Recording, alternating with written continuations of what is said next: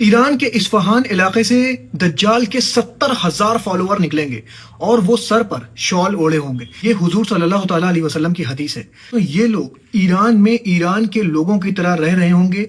वहां की गवर्नमेंट भी समझ रही होगी कि ये ईरान के लोग हैं, लेकिन वो दज्जाल के फॉलोअर होंगे और वो यहूदी होंगे जो वहां से निकले। दोस्तों, इस हदीस का अगर इस वक्त के माहौल से मेल मिलाया जाए तो आप देखेंगे कि ईरान में आए रोज मोसाद के कोई ना कोई जासूस पकड़े जा रहे हैं और इस हदीस में कहा गया है कि वो जो दज्जाल के फॉलोअर होंगे वो एक तरह से अपने ऊपर शॉल ओढ़े होंगे।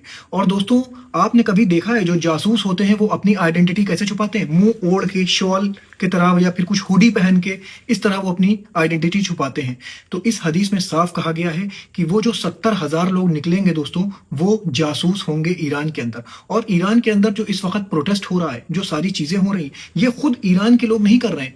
ईरान के लोगों को वो जो पहले से 70,000 लोग मौजूद हैं वहां पर, वो लोग भड़का रहे हैं। और हम लोगों को लग रहा है कि चीजें अभी बहुत दूर हैं। हम लोगों की आंखों के सामने ही सारी चीजें हो रही हैं। सारा माहौल बदल रहा है, सारी टेक्नोलॉजी हम लोग की आंखों के सामने आ गई, लेकिन हम लोग को फिर भी लगता है कि अभी चीजें बहुत दूर हैं।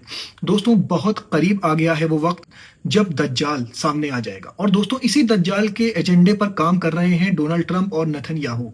दोस्तों, डोनाल्ड ट्रंप ने वेनेजुला को क्यों हथियाया इतनी जल्दी? क्योंकि डोनाल्ड ट्रंप जानते हैं जब मिडिल ईस्ट में वो वॉर स्टार्ट कर देंगे तो स्ट्रेट ऑफ हॉर्मुज बंद कर देगा ईरान और उनको ऑयल जो मिल रहा है वो ऑयल मिलना बंद हो जाएगा। इसलिए सबसे पहले उन्होंने वेनेजुला पर हमला किया और वेनेजुला पर हमला करके एक बड़ा जखीरा ऑयल का अपने अंडर कर लिया, ताकि जो आने वाली वॉर है उसको भड़काए रखने के लिए अमेरिका के पास ईंधन की कमी ना हो।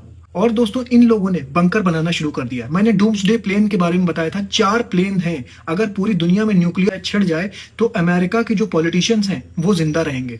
उन्होंने एक प्लेन बनाया है जिसमें न्यूक्लियर की जो रेडिएशन है वो असर नहीं करती है। उसमें माइक्रोवेव की जो जाली, जैसे माइक्रोवेव में जाली होती है, उस प्लेन में उस तरह की जाली लगी हुई है, कोई विंडो नहीं है उस प्लेन में।